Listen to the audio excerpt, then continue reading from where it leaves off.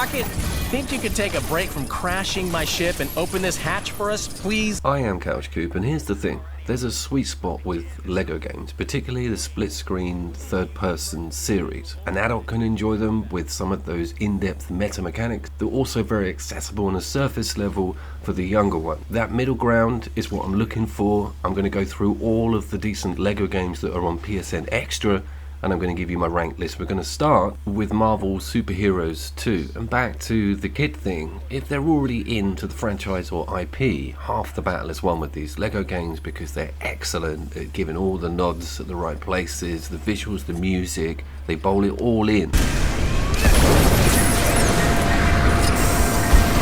There is always a vertical split, and I haven't seen more than 2 players involved in the local co-op setups on this game. I may be wrong in that direction, and I also have never seen horizontal toggle. Looks like we got work to do. This sequel comes with a really cool Guardians of the Galaxy front end, and the differential between the character moves are some of the more distanced of all of the LEGO games. Normally it's just jump and melee, and maybe there's something off-kilter that particular character offers, but with this it's full-on, massive different move sets, including Star-Lord being able to fly around, gravity grenades. There's quite a lot in who you choose to play with this one. With that moveset difference comes quite a lot of complication with who's allocated to which task, who can do what, who you need to join up with, or who you haven't got unlocked that's needed for that task. We were constantly stopped to be told things, smaller cutscenes. This one doesn't flow like the others with that initial intro, but some of it's tutorial. They all have these sort of compulsory Railsy sections to teach you how the game works, but this one is a particular fiddle, but visually one of the more pleasing with some excellent graphics for 2017, particularly on the split screen, and the fact that this does run on a PlayStation 4, a Switch, and this is PlayStation 5 footage you're looking at. Starting to think this might have been a bad idea.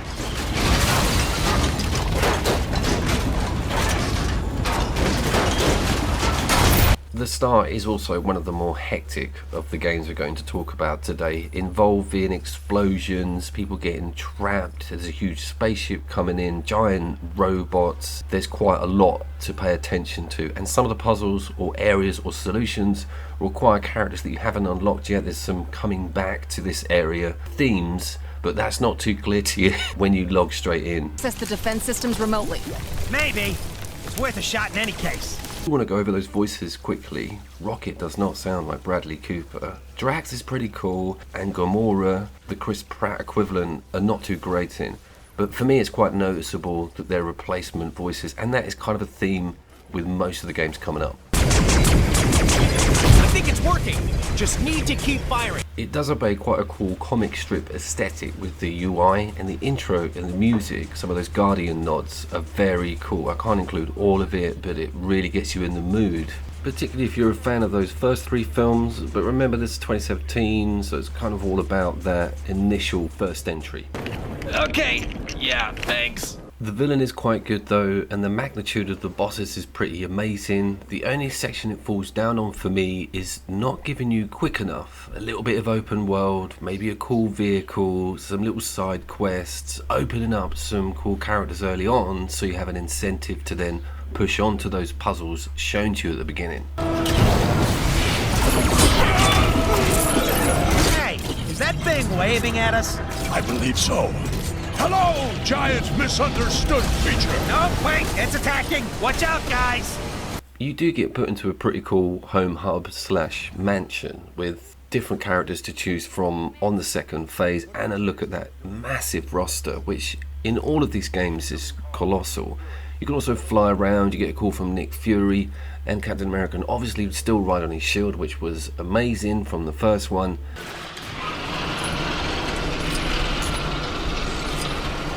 Marvel Superheroes 2, available on the PlayStation 4, Nintendo Switch, all of the Xbox systems, and the PlayStation 5. Might even be on iOS.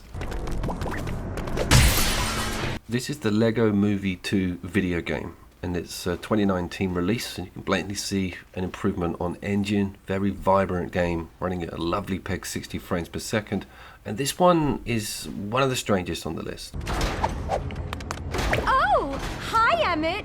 The film doesn't stand out in crystal clarity to me, so some of these characters are very off the wall, but it does obey a lot of the great aesthetic and, more importantly, that awesome theme tune that we got in the original film. And some of the main characters, the protagonist hasn't been switched out.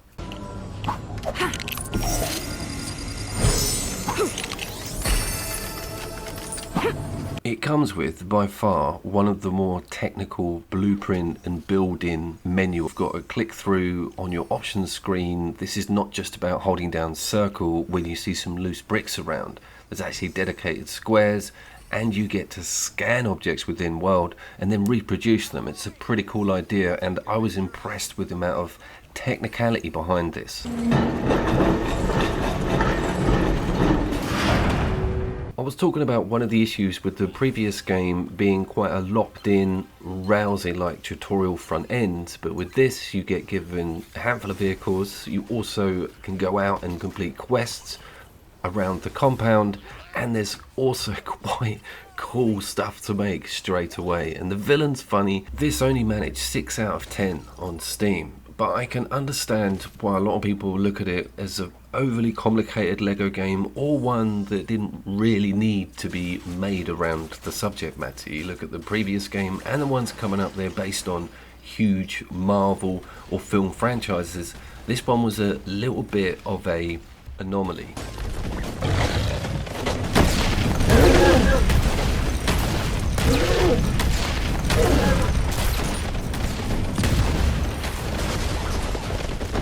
I did love the giant mountable Lego cats though, and Batman also does have quite a predominant and antagonistic role in the films and the games. He's definitely used to his full extent in this one.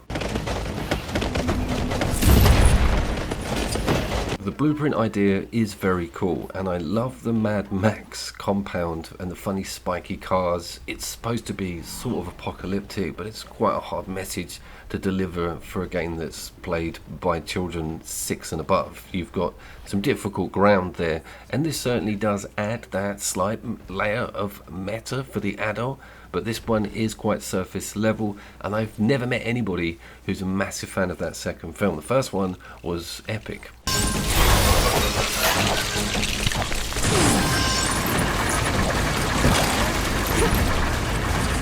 But it is not surface level on a build front. Some of the puzzles offer very advanced forms of depth, and it's also one of the better looking and best performing of the Lego games on this list, because it's relatively new, 5 years, very bright, very vibrant, very loud, very cheerful, but not very good. Now that's a bit harsh. It's only because we've got 3 crackers coming up, and this one had some competition.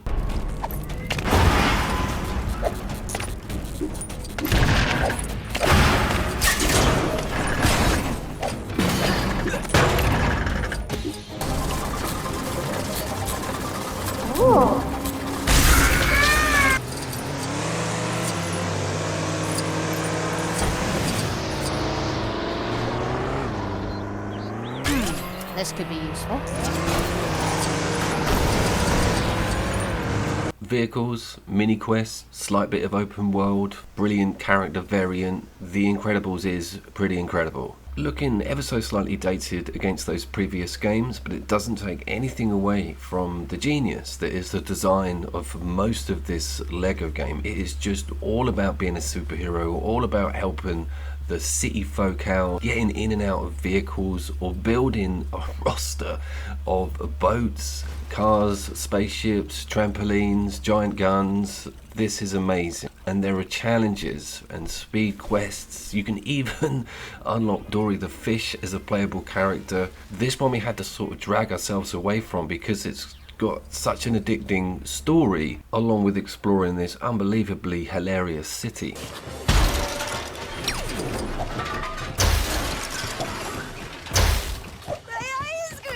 I I think it's the build roster that first impressed us, and the cool characters that you get early on. They are the main characters from the film, minus the little baby. But the main quests and side quests are really varied. You're not joined at the hip. There's a cool map where you can put markers down and get on with your own thing. You can even do your own challenges while someone else does something completely different, and the performance does not mess around. You get these little packages that you open up a la garbage pail, and they'll have special bricks in that are used to either upgrade or even unlock some amazing cool new characters or equipment.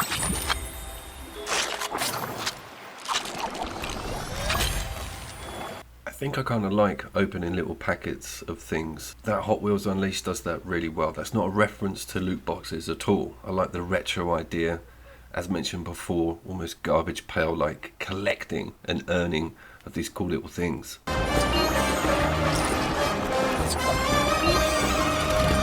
Now, this is the first time mentioning this in the video, but if you notice, they have all had a static vertical split, meaning there's been no dynamic single screen gameplay. Marvel Heroes has it a tiny bit, but the rest of them don't have it at all. Apart from one other coming up, I think it's a very interesting mechanic, and it makes me feel like you're kind of connected. Things are easier once the split disappears. It gives you a highlight that you're both in the same place. I am kind of a little annoyed of how locked that has become with this, but the other stick does help you with camera angle. That's also not locked, and that can be very difficult with Lego games also, as you cannot swing the camera around and get a good look at things. With this, it almost makes you feel like you're actually playing a third-person video game, because you do have a bit of rock around with that other stick, just freeing up loads of freedom.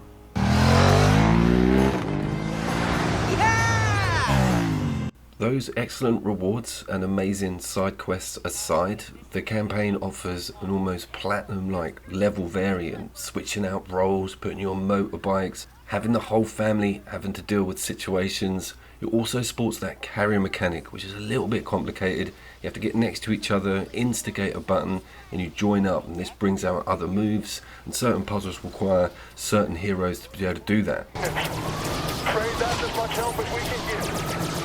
I really like this as a video game, let alone it being a Lego split screen co-op game. So that says something for how much substance, playability and variety there is in Lego's Incredible. Didn't even think I'd be saying that this year. Sorry about that. Win again! Alas, girl, I will not be happy. The footage looks amazing. Keep up. Now, reach out. This is the weapon of a Jedi Knight. Thankfully, you don't have to hear me talk about this one too long. This is Lego Star Wars, the Skywalker Saga. It's like a chronological trip through all of the early films, almost right up to present day.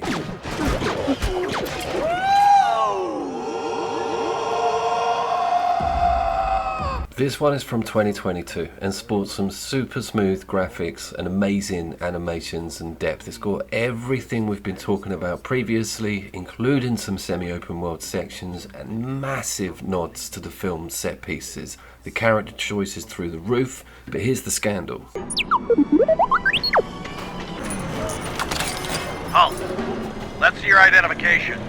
And bring those droids over here. An Imperial checkpoint. Now what? I'll handle it. They've taken it off extra literally about 2 weeks ago, I think. I checked it a week ago and I wasn't sure which one I was supposed to be looking for, you see. And then when I went to do this video, I was like, thank God I've got footage of this, because I'm not paying them for the upgrade. I think they're increasing the money for the extra subscription anyways. I am a little bit annoyed about that. They love telling you what's going on that service, don't they? But they keep it damn quiet when a gem like this gets taken off. They should give you a countdown, and to be fair, Game Pass does.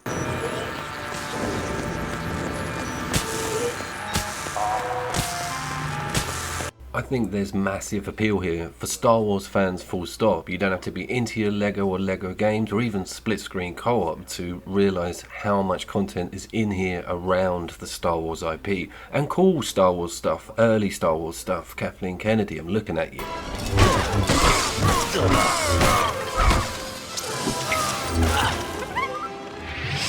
So because of it not being on extra, it's not going to be an official entry, even though we're at number 2. This was the second best in my eyes, remember, and this doesn't go against which of these franchises I like the most. To tell you the truth, I'm quite alternative when it comes to big name film franchises. Modern Marvel and Star Wars don't really do it for me, but that's a chat for another time.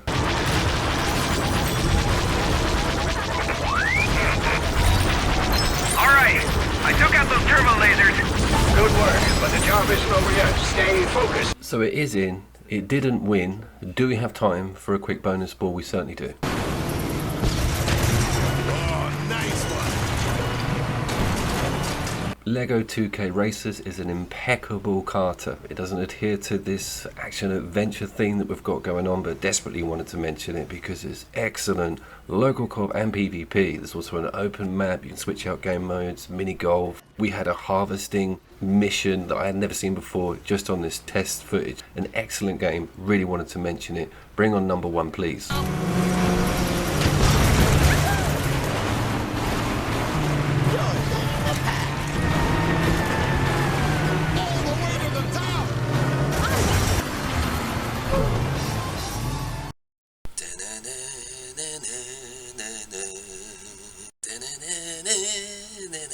That bit's silent. I got stung for the Hobbit theme tune music, but this is where it's at for us and the local co-op. It was amazing. All of the missions, the open world, even joining together, weapon variation. There's a Dragon's Quest mini game for the Forge. Everything made me smile. The dialogue's excellent. Smaug comes in at the beginning. You get a real feel for the universe on the tutorial, but then it sort of takes its foot off the throttle, lets you walk around Hobbitsville. It's not called that, Coop. What? No, wait.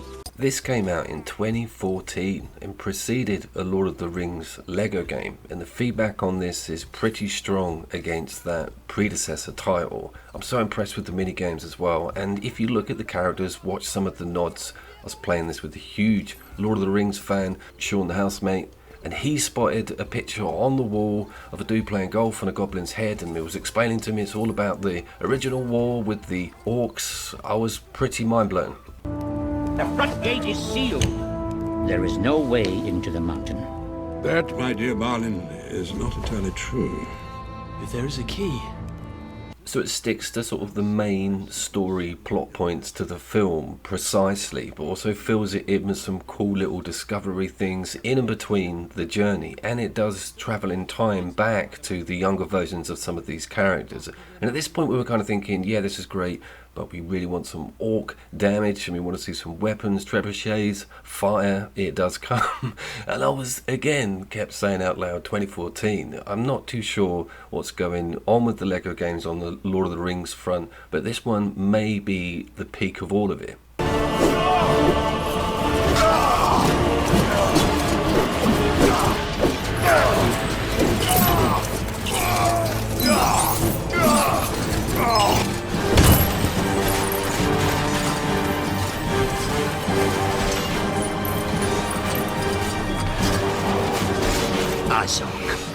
The Defiler. We didn't quite understand this, but we went straight into the fray and obviously died because you're supposed to be in a surrounded, secluded clearing within the battle. And then you get the guys bringing the towers over. You got to team up to take them down, and all the time you're getting attacked left and right, dodging, swinging your axe around, switching out characters. It's pretty top end.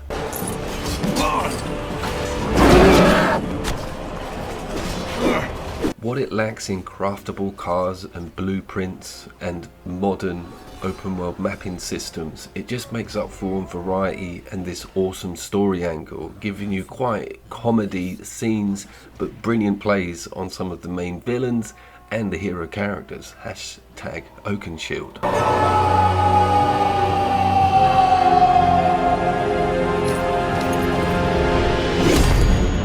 I am not the biggest Tolkien fan, not by any stretch, but I can see the angles of enjoyment for anybody that loves the franchise or that Hobbit film, and playing it with a fan was very cool, hearing about all the nods, all the little Easter eggs and visual cues that they've put in to really make sure every Lord of the Rings fan is looked after with this. And for it being a Hobbit game, for it being like a spin-off even from the main franchise, is even more eye-opening. What was that? Orcs. There'll be dozens of them out there. You think that's funny? You think a night raid by orcs is a joke? We didn't mean anything by it. You know nothing of the world. So when you Google the actors, it's all of the big names, Elijah, McKenna, but it says archive footage. So I'm not too sure what's happening. They're switching some people out, some people in. I think if there's fresh dialogue, it's re-recorded with another actor, depending on who's talking. But it's not distracting, and it's a lot better than some of the games we've seen previously. Is there anything you feel you've left out on this list? Maybe some of those Batman games. I had good memories of the Marvel Superheroes Avengers 1 game. I put that on the channel on a 5 more, maybe half a decade ago, and that was not terrible.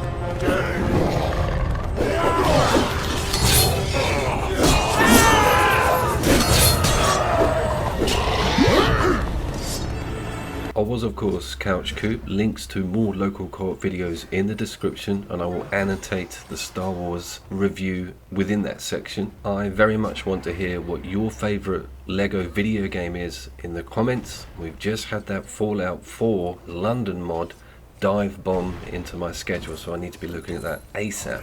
I will see you down there. Richard here, Richard AOD. I often get comments saying I do sound a little bit like him.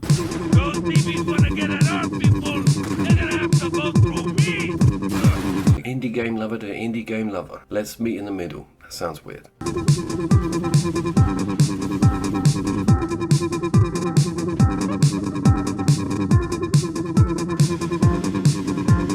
Ballbag battle up next, mate. It's not called that. You do that joke every time. Tell them the real name, Scrotum Skirmish.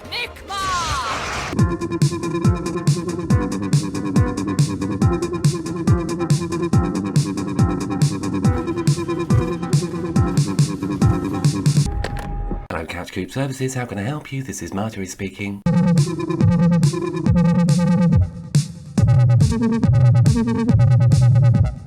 Couch Coop must reign supreme. I've gone Yoda.